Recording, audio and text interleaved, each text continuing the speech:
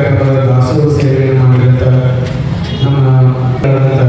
ನಮ್ಮ ಶ್ರೀಯುತ ಚಂದ್ರಹಾಸ್ ಮತ್ತು ಮಾತೋಶ್ರೀ ಲತಾತಾಯಿ ತೇರೂರು ಶರಣರಲ್ಲಿ ಭಕ್ತೇಂದ್ರ ಶರಣರು ಸತ್ತಂಪೇಟೆಯವರು ಬಹಳ ಅನುಭಾವಪೂರ್ಣವಾಗಿ ಇವತ್ತು ದಿವಸ ಮಾತನಾಡಿದರು. ಬಸವಣ್ಣನವರ ಸಮಗ್ರ ವ್ಯಕ್ತಿತ್ವವನ್ನು ಕುರಿತು ಅವರು ಮಾತನಾಡಿದರು. ಬಸವಣ್ಣನವರ ಸಮಗ್ರ ವ್ಯಕ್ತಿತ್ವ ಅಂತಂದ್ರೆ, ಸಮಗ್ರ ವ್ಯಕ್ತಿತ್ವ ಅಂದರೆ ಎಲ್ಲ ಕ್ಷೇತ್ರಗಳಲ್ಲಿಯೂ ಕೂಡ ಅವರು ಕಾರ್ಯಗಳನ್ನು ಮಾಡಿದರು. ಒಂದು ಆಧ್ಯಾತ್ಮಿಕ ಕ್ಷೇತ್ರದಲ್ಲಿ, ಒಂದು ಸಾಮಾಜಿಕ ಕ್ಷೇತ್ರದಲ್ಲಿ, ಒಂದು ಆರ್ಥಿಕ ಕ್ಷೇತ್ರದಲ್ಲಿ, ಒಂದು ಶೈಕ್ಷಣಿಕ ಕ್ಷೇತ್ರದಲ್ಲಿ, ಒಂದು ಸಮಾನತೆ ಕ್ಷೇತ್ರದಲ್ಲಿ, ಹೀಗೆ ಯಾವ ಕ್ಷೇತ್ರವನ್ನು ನೋಡಿದರೂ ಕೂಡ ಎಲ್ಲ ಕ್ಷೇತ್ರಗಳಲ್ಲಿ ಬಸವಣ್ಣನವರು ಸುಧಾರಣೆಯನ್ನು ಅವರು ಬಿಟ್ಟಂಥ ಕ್ಷೇತ್ರವೇ ಇಲ್ಲ. ಎಲ್ಲ ಕ್ಷೇತ್ರಗಳಲ್ಲಿ ಅವರು ಸಮಗ್ರ ವ್ಯಕ್ತಿತ್ವ ಅಂತ ಕರೀತಾರೆ. ಸಮಗ್ರ ವ್ಯಕ್ತಿತ್ವ ಅಂತ ಸಮಗ್ರ ವ್ಯಕ್ತಿತ್ವವನ್ನು ಇವತ್ತು ನಮ್ಮ ವಿಶ್ವರಾಧ್ಯ ಸತ್ತಂಪೇಟೆಯವರು ಬಹಳ ಮನೋಜ್ಞವಾಗಿ ನಮಗೆಲ್ಲರಿಗೂ ಅರ್ಥವಾಗುವಂಥ ರೀತಿಯಲ್ಲಿ ಆ ಸಮಗ್ರ ವ್ಯಕ್ತಿತ್ವದ ಒಂದು ಪರಿಚಯವನ್ನು ನಾವು ಮಾಡಿಕೊಡೋದು. ಅವರ ತಂದೆಯವರು ಲಿಂಗಾಣ ಸತ್ತಂಪೇಟೆ ನಮ್ಮ ದೊಡ್ಡಜರಿಗೆ ಅತ್ಯಂತ ಆತ್ಮೀಯ ಶರಣರು. ನಮ್ಮ ದೊಡ್ಡಜರಿಗೆ ಬಹಳ ಅತ್ಯಂತ ಆತ್ಮೀಯ ಶರಣರು. ಅವರ ಚಿರಂಜೀವಿ ವಿಶ್ವರಾಧ್ಯರು. ಇವರು 4 ಜನ ಅಂತಂದ್ರೆ ಅಷ್ಟು ಹಿರಿಯರು, ಬಸವ ತತ್ವದ ಸಾಕಾರ ಸ್ವರೂಪಿಗಳಾದರೆ ಇವರು 4 ಜನ. ಅದೆಲ್ಲ ಬಸವಣ್ಣನವರ ಮಕ್ಕಳಿಗೆ ಜನಿಸಿದ್ದಾರೆ ಅವರು. ಅಂತ ಅದ್ಭುತವಾದಂಥ ಚಿಂತನೆಗಳನ್ನು ನೀವು ಕೇಳಿದ್ರಿ. ಮತ್ತು ಬಸವಣ್ಣನವರ ಅತ್ಯಂತ ಶ್ರೇಷ್ಠವಾದಂಥ ಕೊಡುಗೆ, ಈ ಜಗತ್ತಿಗೆ ನೀಡಿದಂಥ ಅತ್ಯಂತ ಶ್ರೇಷ್ಠವಾದಂಥ ಕೊಡುಗೆ ಅಂತಂದರೆ ಅದು ಅನುಭವ ಮಂಟಪ. ಅನುಭವ ಮಂಟಪ ಅನ್ನೋದು ಬಸವಣ್ಣವರು ಕೊಟ್ಟಂಥ ಅತ್ಯಂತ ಶ್ರೇಷ್ಠವಾದಂಥ ಕೊಡುಗೆ. ಈ ಅನುಭವ ಮಂಟಪ ಏನಾಗಿತ್ತು ಅಂದರೆ ಒಂದು ಪ್ರಯೋಗಶಾಲೆಯಾಗಿತ್ತು. ಅನುಭವ ಮಂಟಪ ಅನ್ನೋದು ಒಂದು ಪ್ರಯೋಗಶಾಲೆಯಾಗಿತ್ತು. ಇಲ್ಲಿ ಏನು ಪ್ರಯೋಗ ಮಾಡಿದ್ರಪ್ಪ ಅಂದರೆ ಅದೊಂದು ಪ್ರಯೋಗಶಾಲೆ. ಇನ್ನೇನು ಪ್ರಯೋಗ ಮಾಡಿದ್ರು ಅಂತಂದರೆ ಬಸವನಿಗೆ ಅರಿವಿಗೆ ಬಂದಿತ್ತು. ಬಸವಣ್ಣನವರಿಗೆ ಸ್ಪಷ್ಟವಾದ ಅರಿವಿಗೆ ಬಂದಿತ್ತು ಏನಂದರೆ ಪ್ರತಿಯೊಬ್ಬ ವ್ಯಕ್ತಿಯ ಜೀವದಲ್ಲಿ ಪರಮಾತ್ಮನೇ, ದೇವರ ಅಂಶ ಐತಿ.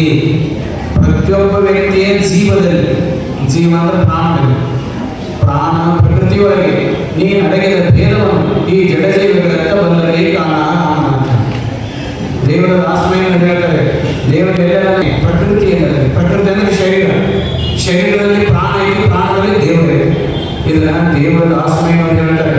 ಅದಕ್ಕೆ ಬಸವಣ್ಣನವರ ಪ್ರತಿಯೊಂದು ಜೀವದಲ್ಲಿ, ಪ್ರತಿಯೊಬ್ಬ ಮನುಷ್ಯನ ಜೀವನದಲ್ಲಿ ದೇವರನಲ್ಲಿ ಎನ್ನುವಂಥ ಭಾವವಿದೆ.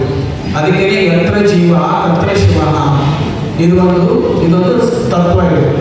ಅದಕ್ಕೆ ಈ ಪ್ರಯೋಗ ರಚಿಸಿದರು. ಅದಕ್ಕೆ ಅವತ್ತು ಸಮಾಜ ಹೇಗಿತ್ತಂತಂದ್ರೆ ಅದು ಶಾಸ್ತ್ರಗಳಿಂದ ಬಂಧನಕ್ಕೊಳಗಡೆ ಆಗಿತ್ತು. ಶಾಸ್ತ್ರಗಳಿಂದ ಬಂಧನಕ್ಕೊಳಗಡೆ ಆಗಿತ್ತು. ಸಮಾಜದಲ್ಲಿ ಕಟ್ಟಕಡೆಯ ವ್ಯಕ್ತಿಗಳು, ಲೀಸ್ಟ್ ಪರ್ಸನ್ ಸೊಸೈಟಿ, ಮನುಷ್ಯ ಈ ಸಮಾಜದ ಕಟ್ಟಕಡೆಯ ವ್ಯಕ್ತಿ, ಸಮಾಜದ ಕನಿಷ್ಠ ವ್ಯಕ್ತಿ. ಈ ಸಮಾಜದ ಅತ್ಯಂತ ಕನಿಷ್ಠ ವ್ಯಕ್ತಿ ಯಾರಂತಂದ್ರೆ ಪ್ರಾಸ್ಟಿಟ್ಯೂಟ್ ವುಮನ್, ಸುಳ್ಳೆ ಸಂಕಲ್ಯ ಎನ್ನುವಂಥ ಹೆಣ್ಣುಗಳು. ಆ ಹೆಣ್ಣುಗಳ ದೊಡ್ಡ ಬೆಲೆ ಇಲ್ಲ. ಅತ್ಯಂತ ಕಟ್ಟಕಡೆಯ ವ್ಯಕ್ತಿ ಚಪ್ಪಲಿ ಹೊಡೆಯವರು, ಶರ್ಮಹಾರ ಮಾಡೋರು, ಕಸ ಹೊಡೆಯವರು, ಘಟ ಹೊಡೆಯವರು, ಇವರೆಲ್ಲ ಸಮಾಜದ ಕಟ್ಟಕಡೆಯ ವ್ಯಕ್ತಿ. ಇವ್ರಿಗೆ ಏನಿಲ್ಲ ಅಂತಂದ್ರೆ ಗೌರವ ಇಲ್ಲ, ಮರ್ಯಾದೆ ಇಲ್ಲ. ಆ ನಂತರದಲ್ಲಿ ಹೆಣ್ಣು ಮಕ್ಕಳು, ಇಡೀ ಸಮಗ್ರ ಹೆಣ್ಣು ಮಕ್ಕಳ ಪುನರನ್ನೇ ಶೂದ್ರ ಅಂತ ಬಂಧನಕ್ಕೊಳಗಡೆ ಪಟ್ಟಿದ್ರು. ಇವ್ರುಗಳೇನು, ಇವರು ನಿರ್ಲಕ್ಷ್ಯ ಅಂದ್ರೆ ಇವರಿಗೆ ದೇವರ ಪೂಜೆ ಮಾಡೋ ಹಕ್ಕಿಲ್ಲ. ಈಗ ಕೆಲವು ವರ್ಗಗಳನ್ನು ಎಲ್ಲವನ್ನು ಹೊರಗಿಟ್ಬಿಟ್ಟಿದ್ರು, ಪೂರ್ತಿ ಹೊರಗಿಟ್ಬಿಟ್ಟಿದ್ರು. ಅದಕ್ಕಾಗಿ ಬಸವಣ್ಣವರು ಏನ್ ಮಾಡಿದ್ದಾರೆ ಅಂದ್ರೆ ಏನು ಜೀವ ಏನಿದೆ ದೇವರು ಏನಿದೆ ಅಂತ ಹೇಳಿದರೆ ಅದನ್ಯಾಗ ಇವರೆಲ್ಲರೂ ಒಳಗೆ ಕರ್ಕೋಬೇಕಾದ್ರೆ ಬಸವಣ್ಣವರು.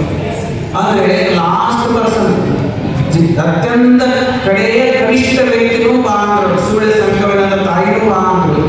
ಲೋಹಾರ ಕನ್ನಯ್ಯ, ಮಾದಾರ ಕನ್ನಯ್ಯ, ಸಮಗಾರ ಹಳ್ಳಿಯ, ಅಂಬಿಗರ ಚೌಡಯ್ಯ ಅಂತ ಕೆಳವರ್ಗದ ಜನರು ಬಾ ಅಂದರು.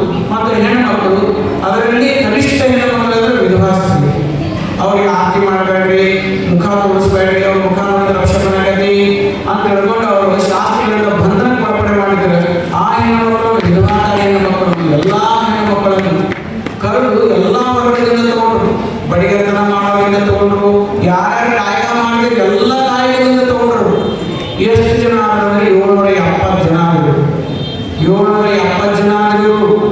ಆ 770 ಜನರನ್ನು ಹಬ್ಬ ಮಂಟಪದಲ್ಲಿ ಸೇರಿಸಿ ಅವರಿಗೆ ಎಲ್ಲ ಜವಾಬ್ದಾರಿಗಳು ಹಾರುವವನಾಗಿ ಅಂತ್ಯಚಕ್ರಿಯಾಗಿ ಬ್ರಾಹ್ಮಣರಿಗೆ ಹೇಳ್ಕೊಂಡು ಜಯಂತಿಯಿಂದ ಹೇಳ್ಕೊಂಡು ಕೊನೆಯ ತನಕ ಲಾಸ್ಟ್ ನಾರಾಚರಣೆಯವರೆಗ ಎಲ್ಲ ಹೆಣ್ಣುಮಕ್ಕಳು ಶೂದ್ರವರ್ಗ ಹೆಣ್ಮಕ್ಕಳು ಇವರೆಲ್ಲರೂ ಸೇರಿಸಿ 770 ಜನ ಆದರು. ಆ 770 ಜನರಿಗೂ ಕೂಡ ಬಸವಣ್ಣನ ಏನ್ ಕೊಟ್ರಂದ್ರೆ ಲಿಂಗ ಕೊಟ್ಟು, ಲಿಂಗ ಯೋಗ ಮಾಡ್ಕೊಂಡು ಹೋಗ್ರಿ ಅಂತ ಸುಮಾರು 10ರಿಂದ 12 ವರ್ಷ ಅವರಿಗೆ ಲಿಂಗ ಯೋಗ ಮಾಡಕ್ಕೆ ಪ್ರತಿನಿತ್ಯ ಲಿಂಗ ಯೋಗ ಮಾಡಬೇಕು. ಆ ಪ್ರತಿನಿತ್ಯ ಲಿಂಗ ಯೋಗ ಮಾಡ್ತಾ ಮಾಡ್ತಾ ಮಾಡ್ತಾ ಹೋದಾಗ ಎಲ್ಲರಿಗೂ ಸುಳ್ಳೆ ಸಂಘವಿನಂತ ಕೊನೆಯ ಹೆಣ್ಣುಮಕ್ಕಳು, ಬ್ರಾಹ್ಮಣರಂತ ದೊಡ್ಡ ಜಾತಿ ಹೆಣ್ಣುಮಕ್ಕಳು, ಹೆಣ್ಣುಮಕ್ಕಳು ವಿಧವಾಸ್ತ್ರೀ ಹೆಣ್ಣುಮಕ್ಕಳು, ಡೋರ ಕಡ್ಡಾಯ ಮಹಾರಾಜನೇ ಅಂಬಿಗರ ಚೌಡನೆಂತ ಕೆಳಮಟ್ಟದ ಜನರು ಎಲ್ಲರಲ್ಲಿಯೂ ಅರಿವು ವಿಕಾಸ, ಎಲ್ಲರಲ್ಲಿಯೂ ಅರಿವು ವಿಕಾಸದ ಎಲ್ಲ ಅನುಭವಿಗಳಾದರು. ಇಂಥ ಸುಳ್ಳೆ ಸಂಘವಿನಂತ ತಾಯಿ ಎಂತ ದೇವತ್ವಕ್ಕೆ ಇರಬೇಕು ಹೇಳ್ರಿ, ಎಂತ ದೈವತ್ವಕ್ಕೆ ಇರಬೇಕು ಇವ್ರನ್ನೆಲ್ಲ, ದೇವರನ್ನು ಯಾವಾಗ ಪ್ರೇಮಿಸಬೇಕು ಇವ್ರನ್ನೆಲ್ಲ. ಆದರೆ ಎಲ್ಲವನ್ನ ದುರ್ಮಾರ್ಗವನ್ನು ಬಿಟ್ಟು ಸನ್ಮಾರ್ಗಕ್ಕೆ ಬರಲಿಕ್ಕೆ ಒಂದು ಅವಕಾಶ ಮಾಡಿಕೊಟ್ರು, ಪರಿವರ್ತನೆಗೆ ಒಂದು ಅವಕಾಶ ಇಲ್ಲಿ. ಏನಪ್ಪ ನಿನ್ನ ಹಣೆ ಬರದ ನಿನ್ನ ಜನ್ಮ ನಿನ್ನ ಮಕ್ಕಳು ಹಿಂಗ ಸಾಯಬೇಕು ಅಂತ ಹೇಳಿ ಬಸವಣ್ಣವರು. ನೀನು ಕೆಟ್ಟ ಏನೋ ಸಾಮಾಜಿಕ ಒತ್ತಡದಿಂದ ನೀನು ಕೆಟ್ಟ ಮಾರ್ಗಕ್ಕೆ ಬಂದಿದೆ, ಆದರೆ ಇವತ್ತು ನಿನಗೆ ಅವಕಾಶ ಮಾಡಿಕೊಡ್ತೀನಿ, ಪರಿವರ್ತನೆಗೆ ಅವಕಾಶ ಮಾಡಿ ಬಾ ಅಂತ ಬಸವಣ್ಣವರು. ಅದು ಒಂದೇ ಜನ್ಮದಲ್ಲಿ ಪರಿವರ್ತನೆಯಾಗಿ ಅದೇ ಜನ್ಮದಲ್ಲಿ ದೈವತ್ವಕ್ಕೆ ಇದ್ರು, ಒಂದೇ ಜನ್ಮದಲ್ಲಿ ಕಷ್ಟವನ್ನು ಅನುಭವಿಸಿ ಪರಿವರ್ತನೆಯಾಗಿ ಅದೇ ಜನ್ಮದಲ್ಲಿ ದೈವತ್ವಕ್ಕೆ ಇದ್ರು. ಇಂಥ ಒಂದು ಅವಕಾಶ ಮಾಡಿಕೊಟ್ಟಿದ್ದಂದ್ರೆ ಅಪ್ಪ ಬಸವಣ್ಣನವರು. ಅದಕ್ಕಾಗಿ ಬಸವಣ್ಣನವರ ತತ್ವ ಅಂತಂದ್ರೆ ಅವರ ಪ್ರಯೋಗ ಮಾಡಿದ್ರು, ಲಿಂಗ ಯೋಗದ ಮೂಲಕ ಪ್ರಯೋಗ ಮಾಡಿದ್ರು. ಅವರೆಲ್ಲ ಅರಿವಿನ ಮೂರ್ತಿಗಳಾದ್ರು. ಗುಡ್ಡಾಪುರ ನಾಮ ಭಕ್ತಾರ ಹೆಣ್ಮಗಳ ಸತ್ಯಕ್ಕ, ಅವ್ರ ಮುನ್ಸಿಪಾಲ್ ರಸ್ತೆ ಕಸವಡಿನಂತ ಹೆಣ್ಮಗಳು, ದಲಿತ ಹೆಣ್ಮಗಳು ಮುನ್ಸಿಪಾಲ್ ರಸ್ತೆ ದಲಿತ ಹೆಣ್ಮಗಳು ಸತ್ಯಕ್ಕ, ಅಂಥವರೆಲ್ಲ ಮಹಾಜ್ಞಾನಿಗಳಾದ್ರು, ಅರಿವಿನ ಮೂರ್ತಿಗಳಾದ್ರು, ತಪಸ್ವಿಗಳಾದ್ರು. ಇವನ್ನೆಲ್ಲರೂ ಮಹಾ ತಪಸ್ವಿಗಳನ್ನು ಮಾಡಿದಂತೆ ಕೀರ್ತಿ ಯಾರು ಬಸವಣ್ಣಗಳು.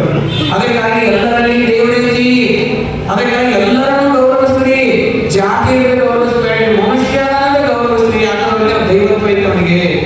ಅದಕ್ಕಾಗಿ ಹಿಂಗ ಅರಿವಿನಿಂದ ಅರಿವಿನಿಂದ ಸಮಾನತೆಯನ್ನು ತಗೊಂಡು, ಅದಕ್ಕೆ ಇಂಥ ಅದ್ಭುತವಾದಂಥ ಪ್ರಯೋಗನ ಅತ್ಯಂತ ಕಡೆಯ ವರ್ಗದ ಮನುಷ್ಯನಲ್ಲಿ ಕೂಡ ದೈವತ್ವ ವಿಕಾಸ ಆದ್ರೆ ಆ ಮನುಷ್ಯ ಮಹಾತ್ಮನಾಗ್ತಾನೆ.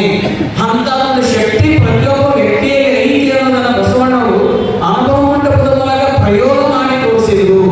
ಇದಂತಹ ಪ್ರಯೋಗ ಜಗತ್ತಿನಲ್ಲಿ ಎಲ್ಲೆಲ್ಲಿ ಆಗಿದೆ, ಎಲ್ಲೆಲ್ಲಿ ಆಗಿರುವಂತ ಪ್ರಯೋಗ. ಅದಕ್ಕಾಗಿ ಇವತ್ತು ಅಕ್ಕ ಮಹಾದೇವಿ ಅಂತ ಮಹಾತಾಯಿ ಹೆಣ್ಣುಮಗಳು ಸಿಕ್ಕಳು, ಗುಡ್ಡಾಪುರ ನಾನಂತ ಮಹಾತಾಯಿ ಸಿಕ್ಕಳು, ನೀಲಾಂಬಿಕೆ ಗಂಗಾಂಬಿಕೆ ಅಂತ ಮಹಾತಾಯಿ ಸಿಕ್ಕಳು. ಅವರೆಲ್ಲರೂ ಎಷ್ಟು ಗುಡ್ಡಾಪುರ ನಾನು ಎಷ್ಟು ಜನ ಹೋಗ್ತಾರೆ, ಲಕ್ಷ ಜನ ಹೋಗ್ತಾರೆ ಗುಡ್ಡಾಪುರ ನಾನಂತ. ಆ ಗುಡ್ಡಾಪುರ ದೇವರು, ಗುಡ್ಡಾಪುರ ನಾನು ದೇವರಾದಂತ ಹೋಗ್ತಾರೆ ಎಲ್ಲರೂ. ಹೇಮರೆಡ್ಡಿ ಮಲ್ಲಮ್ಮ ಅದೇ ಬಸವಣ್ಣನ ಮಾರ್ಗದಲ್ಲೇ ನಡ್ಕೊಂಡು ಹೋದರು. ಹೇಮರೆಡ್ಡಿ ಮಲ್ಲಮ್ಮ ಮಹಾ ತಪಸ್ವಿಯಾದರು. ಇಲ್ಲೇ ಸಂತೂರು ಶರಣವರು ಅದೇ ಶರಣ ಮಾರ್ಗದಲ್ಲಿ ಹೋದಂತ, ಅದೇ ಇಷ್ಟಲಿಂಗ ಯೋಗ ಮಾರ್ಗದಲ್ಲಿ ಹೋದಂತರು. ಅವರು ಮಹಾ ತಪಸ್ವಿಗಳಾದರು. ಅವರು ಜಗಜ್ಯೋತಿ ಅಂತ ಅನಿಸ್ಕೊಂಡ್ರು ಗುಡ್ಡಾಪುರ ನಾನವರು, ಸಂತೂರು ಶರಣವರು. ಅದಕ್ಕಾಗಿ ಇಂಥ ಒಂದು ಪ್ರಯೋಗವನ್ನು ಮಾಡಿಕೊಟ್ಟಂತ ಅನುಭವ ಮಂಟಪದಲ್ಲಿ ಬಸವಣ್ಣವರು ಇವತ್ತಿಗೂ ಕೂಡ ಅದನ್ನು ದೊಡ್ಡ ಅದನ್ನ ಅನುಸರಿಸಿಕೊಂಡ್ರು. ಅವರು ಎಲ್ಲ ಜಾಗದಲ್ಲಿ ಲಿಂಗ ಕಟ್ಟಿದರು, ಎಲ್ಲ ಜಾಗದಲ್ಲಿ ಕರ್ಕೊಂಡ್ರು, ತಮ್ಮ ಪೂಜೆ ಮನೆಯಾಗ ಕರ್ಕೊಂಡ್ರು, ತಮ್ಮ ಎದುರುಗಡೆ ಮುಗಿಸ್ಕೊಂಡು ಪ್ರಸಾದ ಅವರು ಕೂಡ ಪ್ರಸಾದ ಮಾಡಿದ್ರು. ಯಾಕಂದ್ರೆ ಒಳಗೆ ಭೇದ ಇಲ್ಲ, ಒಳಗೆ ಚೈತನ್ಯ ಒಂದೇ ಐತಿ, ಆತ್ಮ ಚೈತನ್ಯ ಒಂದೇ ಐತಿ, ಅದು ವಿಕಾಸ ಆದಂದ್ರೂ ಮಹಾಪ್ರಕರಣಗಳು. ಅದಕ್ಕಾಗಿ ಇಂಥ ಒಂದು ಮಹಾ ಮಾರ್ಗವನ್ನು ಬಸವಣ್ಣವರು ಅರಿವಿನ ಮೂಲಕ ಮಾಡಿಕೊಟ್ರು. ಅದಕ್ಕಾಗಿ ಸಮಾನತೆ ಅನ್ನೋ ತತ್ವ ಅಲ್ಲಿ ಸಾಕಾರ ರೂಪವಾಗಿ ನಿಂತು ಅದುವೇ ಇವತ್ತು ಇಡೀ ಜಗತ್ತಿಗೆ ಮಾರ್ಗದರ್ಶನ ಆಗೈತಿ. ಅದಕ್ಕಂತ ಒಂದು ಅದ್ಭುತವಾದಂಥ ವ್ಯವಸ್ಥೆಯನ್ನು ಬಸವಣ್ಣವರು ಇವತ್ತಿನ ನಮಗೆ ಕೊಟ್ಟಿದ್ದಾರೆ. ಅಸಮಾನತೆ ಇದ್ದಲ್ಲಿ ಸಂಘರ್ಷ ಇರುತ್ತೆ.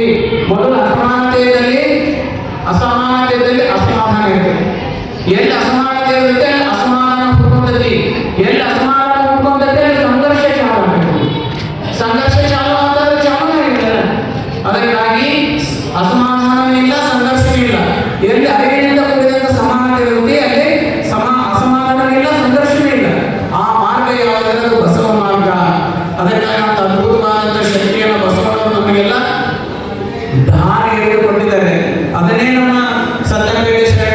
ವಿಶ್ವರಾಜರು ಬಹಳ ಅಭೂತಪೂರ್ವವಾಗಿ ಅಂತಃಕರಣದಿಂದ ನಮಗೆಲ್ಲ ತಿಳಿಸಿಕೊಟ್ರು. ಅದಕ್ಕೆ ಮಾತ್ರ ಬಸವ ಜಯಂತಿ ನಮ್ಮ ನಾಗಪ್ಪ ಶೆಟ್ಟರು ಅವರು ಇವತ್ತು